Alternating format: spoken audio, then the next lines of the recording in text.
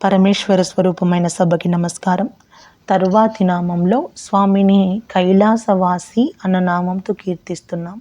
మనం తేలిగ్గా గుర్తుంచుకోవాలి, మన మనస్సు తేలిగ్గా పట్టుకోవాలి అని అంటే కైలాసంలో ఉండే స్వామి కనుక కైలాసవాసి అన్న నామంతో మనం నమస్కరిస్తున్నాం అన్న భావన మనకు కలిగితే చాలు, మనల్ని మనం ఉద్ధరించుకోవడానికి, మన జన్మను పండించుకోవడానికి ఈ ఒక్క నామం సరిపోతుంది.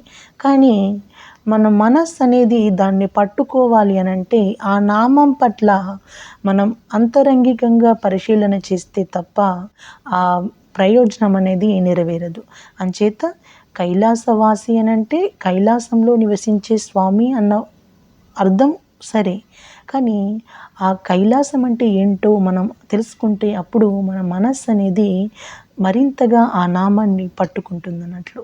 అయితే కైలాసం అంటే అర్థం ఏంటంటే కేలి జరుగు ప్రదేశం. కేలి అంటే ఆట జరిగే ప్రదేశం, కేలి జరిగే ప్రదేశం కాబట్టి ఆ ప్రాంతానికి కైలాసము అని పేరు. అక్కడ ఎవరెవరు ఆడుతారు మరి అని అంటే అమ్మవారు, అయ్యవారు. కదలికలన్నీ అమ్మవారు, కదలికలు ఆగిపోతే పరమేశ్వరుడు. అమ్మవారు లాస్యం, అయ్యవారు తాండవం. ఇలా ఒకరిని ఒకరు విడిపోయి ఉండకుండా ఎప్పుడూ కూడా కలిసే ఉంటారు. కాబట్టి ఈ అంత అంటే ఆ ప్రదేశంలో ఇద్దరూ కూడా ఉంటారు కాబట్టి ఇద్దరు ఉండి తన బిడ్డలను రక్షిస్తారు, కాపాడుతూ ఉంటారు, అనుగ్రహిస్తుంటారు. కాబట్టి ఇద్దరికి కైలాసవాసి అన్న నామంతో మనం కీర్తిస్తున్నాం. తరువాతి నామంలో కవచి అన్న నామంతో కీర్తిస్తున్నాము స్వామిని. కవచి అంటే అర్థం ఏంటంటే స్వామి కవచాన్ని ధరించినవాడు అని. సాధారణంగా లోకంలో మనం కవచాన్ని ధరిస్తూ ఉంటాం. ఎందుకు? మనం ఉదాహరణకు యుద్ధ భూమిలోకి వెళ్ళి యుద్ధం చేయాలి అని అంటే సైనికులందరూ కూడా ఇలా రక్షక కవచాలను కట్టుకుంటారు.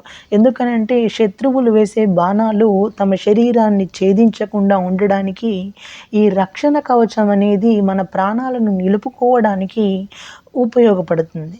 కానీ పరమేశ్వరుడే మహాశక్తివంతుడు. ఆ తరువాత అమ్మవారు ఎప్పుడూ కొనతల తోడై ఉంటుంది. అంత శక్తివంతుడికి మరి మళ్ళీ కవచాన్ని ధరించాల్సిన అవసరం ఏముంది అని అంటే ఆ కవచం మామూలు కవచం కాదు. ఆ కైలాస పర్వతం చుట్టూ ఆ నవగ్రహాలు కూడా మనకు ప్రదక్షిణం చేస్తూ ఉంటాయి. ఈ విధంగా స్వామి నవగ్రహాలను కవచంగా కట్టుకుంటాడు.